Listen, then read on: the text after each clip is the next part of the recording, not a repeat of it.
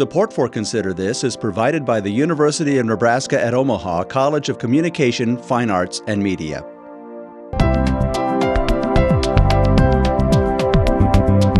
Consider This, a program of issues and information behind today's news.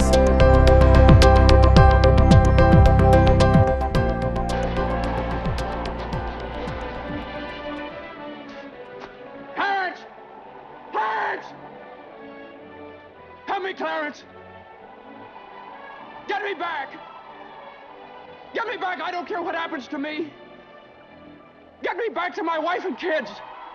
Help me, Clarence, please! Please! I want to live again! I want to live again! I want to live again. Please, God, let me live again. Hi everyone, I'm Kathy Wyatt. Welcome to this week's edition of Consider This. Our topic, suicide prevention. Joining us to talk more about it are Dave Myers. Dr. Myers is a counseling and program development manager with Bryan Medical Center. He is also co-chair for the Nebraska State Suicide Prevention Coalition. Julia Hebenstreit, the executive director of the Kim Foundation, and finally Sierra Warden, a suicide attempt survivor and mental health practitioner right here in the Grace Abbott School of Social Work.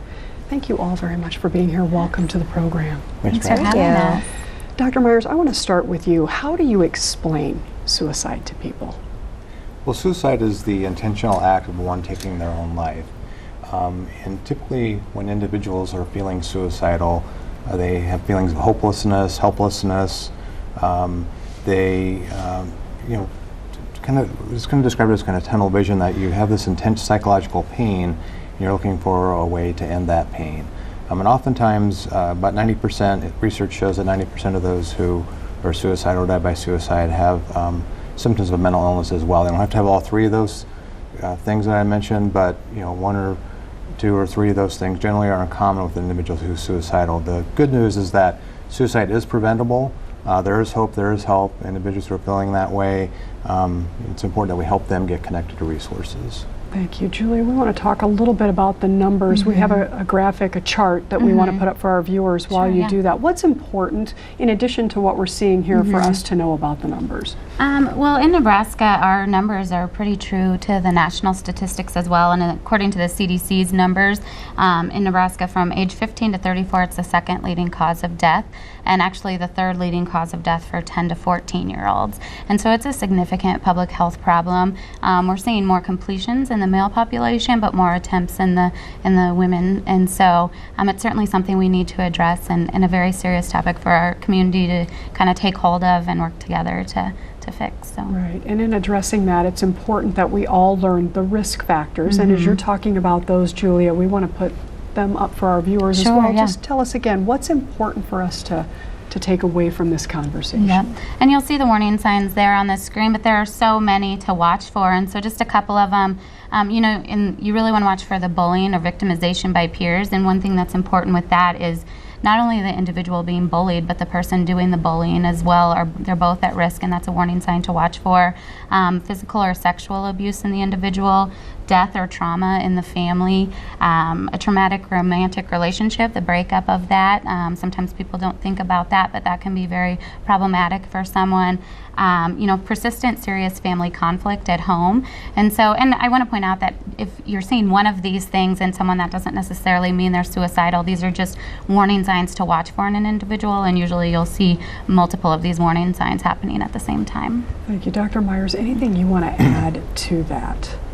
Well, in terms of, there's the risk factors, and then we get into what we consider the warning signs that we need to take action right now. And that's if an individual is talking about suicide, or you see them reading about it, writing about it, maybe drawing pictures and talking about it. Anytime anybody voices any statement that leads you to believe that they may be suicidal, it's important that we take action to ask them, are you thinking about suicide? Because it's okay to talk about suicide. That's a myth that's in society, that if we talk about it, it makes it worse. That's absolutely false. The best thing we can do is ask somebody, are you doing okay?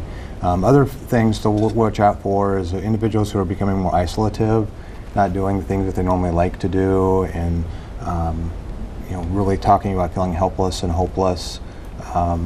maybe sleeping too much or too little, seeing appetite changes, just the change in behavior, maybe becoming more aggressive and acting out, and you're just not quite sure, gosh, I'm seeing some things that I normally don't see in this individual.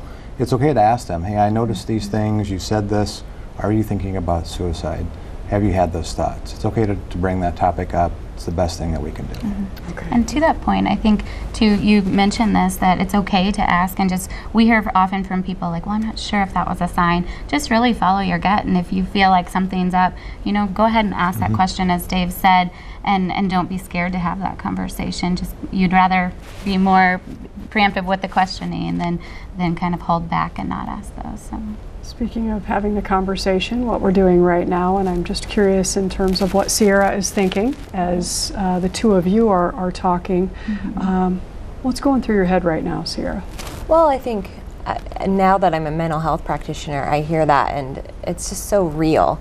These are symptoms and signs and risk factors and warning signs we read about. We see it all over. Preventative and outreach and education, and but it's so very real. I mean, when I lived that, so looking back on it in hindsight, I was like, wow, I really experienced a lot of warning signs. But when you're in the midst of that, it's really difficult to be like, oh, that's definitely a warning sign I'm experiencing, and I should probably get some help. So they're very real. It's very genuine, and people do experience those things. So when I hear it, I'm like, wow, it's really powerful to have that lived experience, and then hear a kind of a different side of that. Well, so if you would take us back, kind of set the scene a little bit in terms of what was going on in your life prior to things shifting, and just stuff that you're comfortable in sharing, but set it up for us a little bit so we have an idea of what's going on in somebody's life prior to all of that, and then lead us into it so we have a better idea just from that first-hand account. Absolutely. So like many people, I was a young adult. That's when a lot of people oftentimes start experiencing some mental health symptoms. So I had just transitioned to college out of state, and so I was away from friends and family and my familiar people, and I was excited and things were actually going quite well, but then I started experiencing a lot of anxiety and depression and couldn't quite put my finger on it what was going on. So I just began to drink a lot socially, and then it was definitely numbing a lot of emotions through alcohol abuse. And in my peer group at the time, though, that was just being a social butterfly.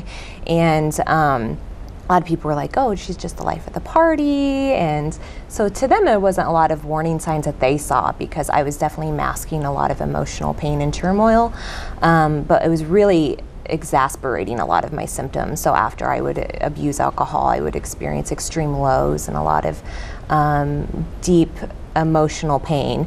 And so then I started to get worried because thoughts of suicide started entering my mind pretty frequently, and that was rather scary and isolating.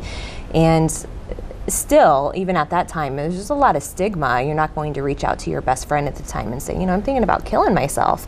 That's really scary when people hear that. And there still is a lot of stigma associated to this issue.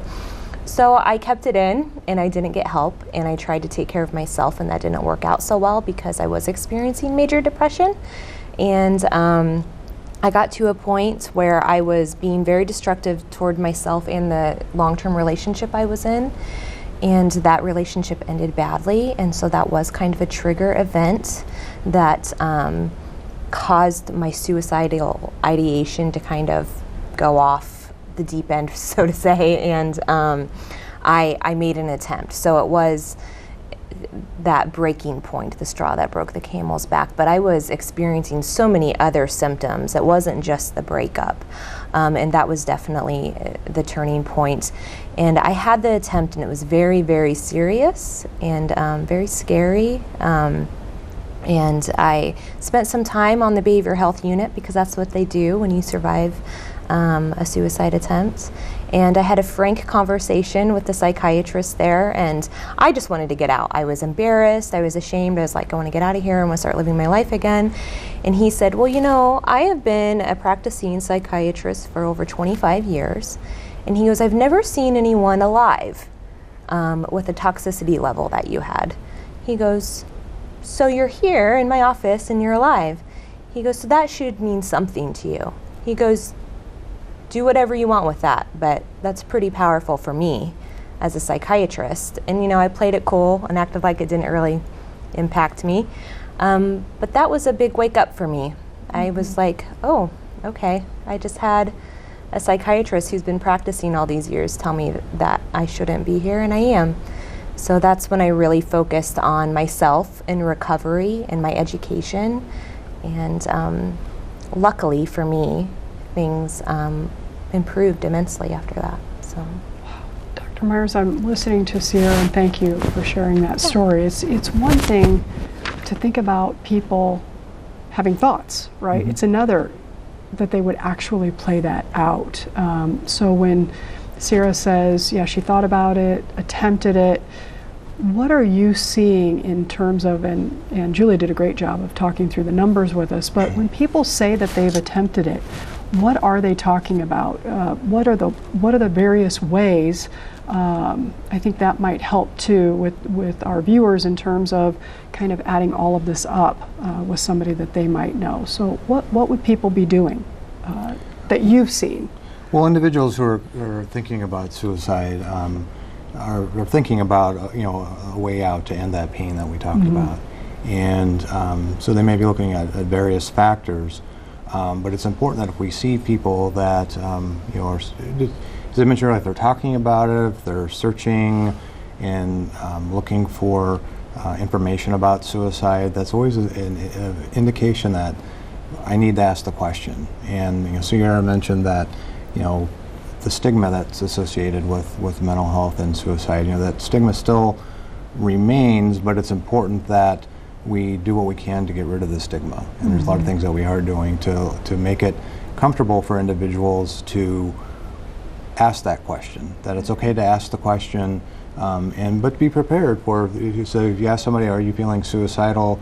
I see that you're reading about it or you're writing about it, are you having those thoughts? If they say yes, to be prepared for that, to say, but to be a good listener, not to be judgmental, but then to know that there are resources that are in our state, in our communities, that are there to help connect individuals to that help that will lead them back to into the right direction of feeling a lot better.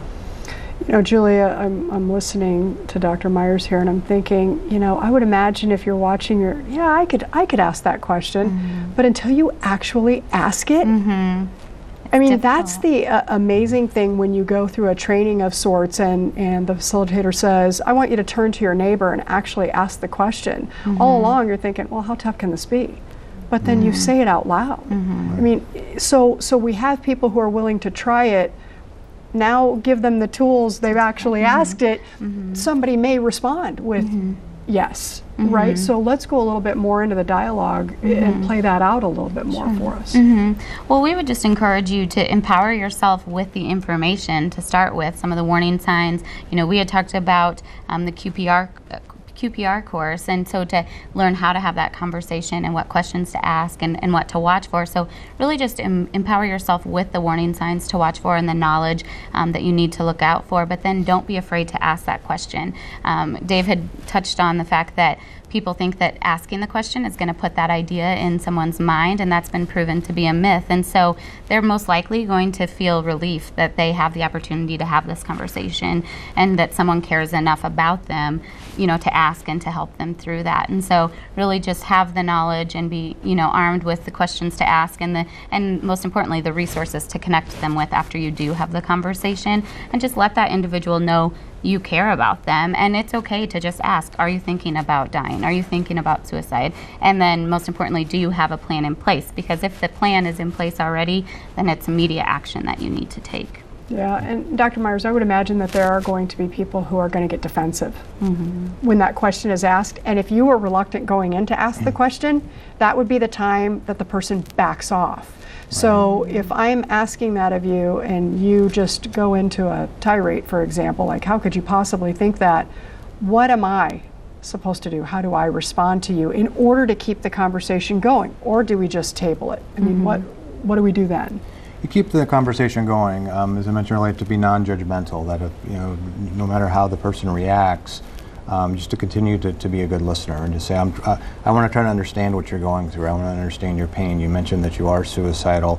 Can you tell me how you're feeling? Can you tell me what's going on right now? Can you tell me what's kind of led up to you feeling this way? I want to understand what you're going through. Because individuals want others to know how they feel. They want them to understand what they're going through. We hear that over and over from individuals who've been in suicidal, is if somebody would have came to me and asked me the question, are you suicidal? I want to understand what you're going through.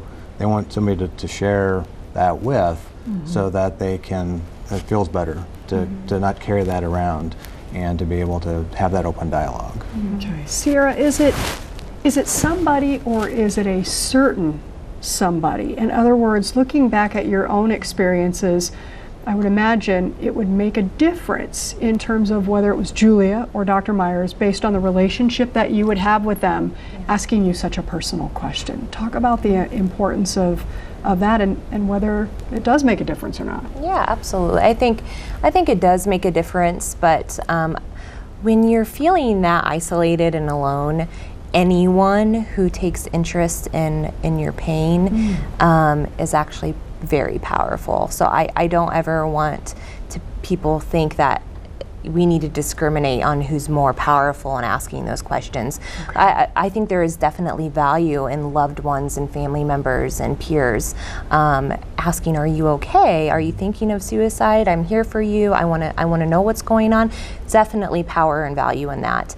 But I think it's just as powerful if it were a therapist or a stranger on the street saying, I'm noticing that you're not feeling the best, or are you thinking of these things? It's really just that opening dialogue, because people feel so alone, and to actually have that opportunity to express what's going on is huge. Because how many times have people ever asked you in your life, are you thinking of suicide? And how many times have many people in our lives thought of suicide? And it's very different. So Julie, I want to switch gears a little bit. Maybe we have an individual who is very verbal, very vocal about how they're feeling. They're thinking out loud, right? And you're in the presence of that, and you're utilizing your communication skills. You think you've maybe brought the individual down to where they need to be, and the next time you see them, they're talking about it again. And it gets to a point where maybe you've seen them several times, and they're continuing.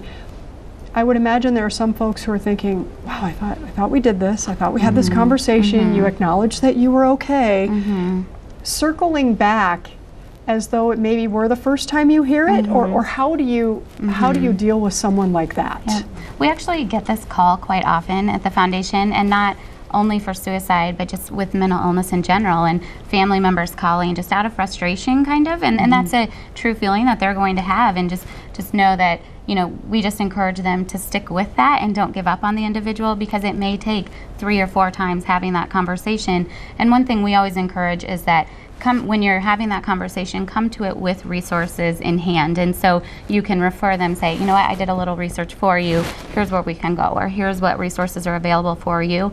One thing that's very important is if that person is suicidal and you're having that conversation, never leave them alone. And one thing when we're going into the schools too, we hear a lot from teens, well, they asked me not to say anything. They made me promise I wouldn't say anything. And so we always just encourage them never to keep that plan a secret or that conversation a secret if they're willing to have that conversation with you, because you want your friend down the road. It's okay that they're mad at you right now, but never keep that a secret, and always tell a trusted adult. And even as adults, that's a lot to take on as an individual. So if you need to bring someone else into the conversation and into helping that individual, don't feel ashamed about that, because it's a lot for anybody to take on. I was going to ask you about reinforcements. Yeah. If people are reluctant, if you're thinking you need to ask the question, then obviously you probably do, but if Yeah. you knowing you're not going to be able to do it on your own, bring in the reinforcements. That's absolutely. great advice. I want to talk a little bit about terminology. Okay.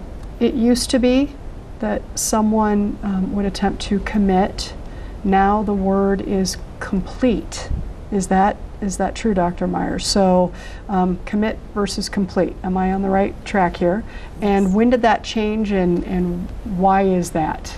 Generally, the terminology that we use is an individual has died by suicide, or if an individual attempts, it's a non-fatal suicide attempt. You know, individual who survives.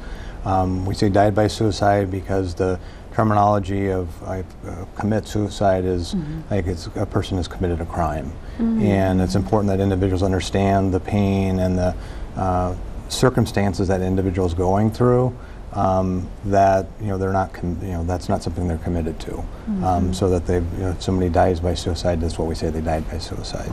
Okay. It also furthers the stigma. We hear a lot from family survivors in our last program, and just families that we interact with, that it furthers the stigma for them if people are saying your son or daughter or sister, whoever it may be, committed suicide. Because when we hear commit, like you said, it's you commit a crime or you commit a sin.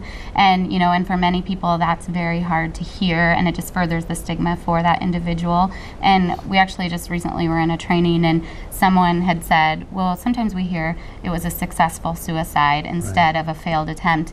And to that family, to hear it was successful, that puts a kind of a positive spin on the suicide, which is not certainly, what we want. So there's so much research and background on, terminology that we should all use every day, but also, for media coverage and different things. So we have a ton of resources available if people are more interested in that as well. Any other things to pull out when it comes to language that you think is important for us to know for this program, other than what you've just mentioned? Well, I think it's important that as individuals, continue to be good listeners. And sometimes we feel like we need to say something, or we need, we're in our human nature to want to try to fix a situation. So if somebody presents a problem to us, we want to start giving advice or telling them, steps that they can take. And in some cases that's okay, but generally when somebody's in pain and we're offering them the opportunity to share that with us, it's important for us to listen and to not feel like we have to say things, because sometimes when we say things, we're well-intentioned, but sometimes it comes across the wrong way. Okay. And we often hear, sorry. No, you're all good. We often hear from people, I don't know what to say, and so that's what, another reason we encourage those listening. But too, to whether it, you're with a family who has lost someone to suicide, or you're with an attempter or someone who's about to attempt, most likely they're going to remember that you were there for them and supportive in that instance, not necessarily word for word what you said. So while it is a difficult conversation to have, we just encourage you to have it, not be kind of scared of what am I going to say. So. Okay. And I would echo a lot of that in regard to avoiding kind of that judgment. When we're talking to someone, it's very easy to be like, oh, why would you want to die? You have so much to live for. A lot of people know that when they're in suicidal crisis, and that just compounds a lot of shame and sadness and guilt associated with those feelings. So I really just echo saying non-judgmental statements and empathy. So I can totally see that you are in pain. Can you tell me more about that? So doing a lot more listening than talking, because we feel the need to talk when someone's in pain. Okay. Yeah, and raising awareness in lots of different ways. You have a campaign going on right now, Don't Be Sidelined. Yes.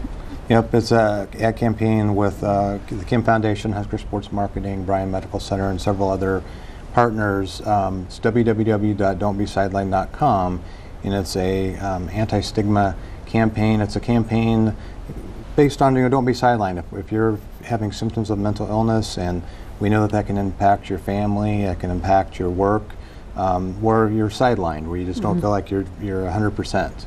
Like in a sports analogy, if you sprain your ankle, you're sidelined from the team, from playing. So we want people to know that there's resources, so to don't be sidelined, that mental illnesses are real, they're treatable. Go to the website, there's type in your zip code in Nebraska, and it'll take you to a page that tells you what resources are available in your community that can help.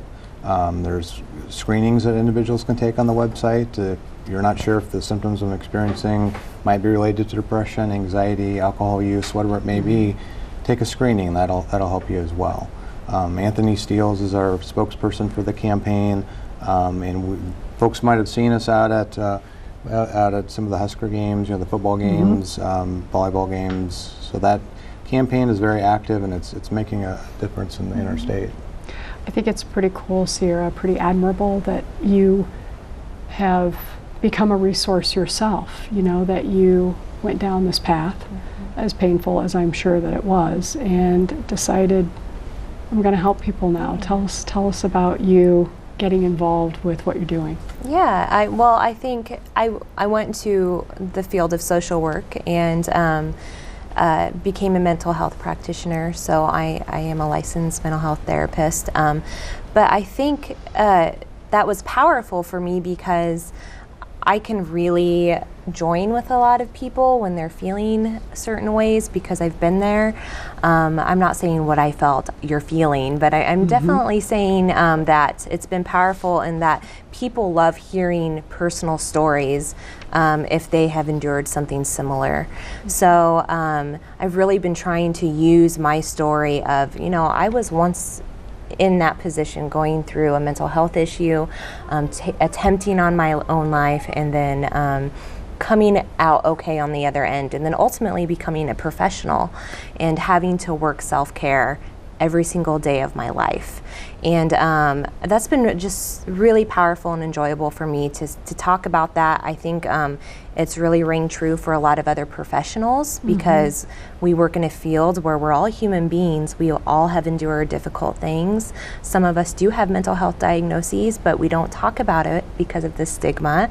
And so I'm trying to use my voice in that you can get through it, you can be okay, you can even become a professional that's healthy and functional, and you can make a difference. So I'm really trying to utilize my platforms to get that message out, both on kind of the client, consumer side and the professional side. So. Thank you. And Julia, in about the minute we have remaining, bring this whole interview full circle. We started with a clip from Wonderful Life, listening to Sierra and Dr. Myers. I mean, just less than a minute. Sum this up for us. Yeah. Well, Sierra has been a wonderful advocate, and I think she's a shining example of, what can happen when you reach out and get that help. And so we just really want to encourage people, to have hope, that we're there to provide some hope for them, that they're not alone going through it. And it is, your clip said it all, it is a wonderful life. So, we really want to let people know they're not alone and just reach out for help. Well, and let's go ahead and provide them with some websites too, in the event that they want to learn more. Of course, talking about suicide prevention today. The National Suicide Prevention Hotline, 800-273-8255, and it's suicidepreventionlifeline.org. And we have one more here. suicideprevention.nebraska.edu, youthsuicideprevention.nebraska.edu, and of course the Kim Foundation.org. Sierra, Julia, Dr. Myers, thank you so much for being here today, for sharing your time, expertise, and your story. Thank you. Absolutely. Thank you. Thank you. You bet. And thank you all for watching. We'll see you next week.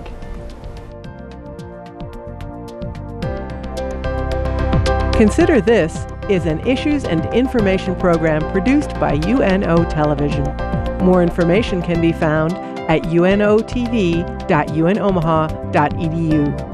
If you'd like to share your comments about this show, call UNO TV at 402-554-2516 during regular business hours, or email us at considerthis@tvmail.unomaha.edu.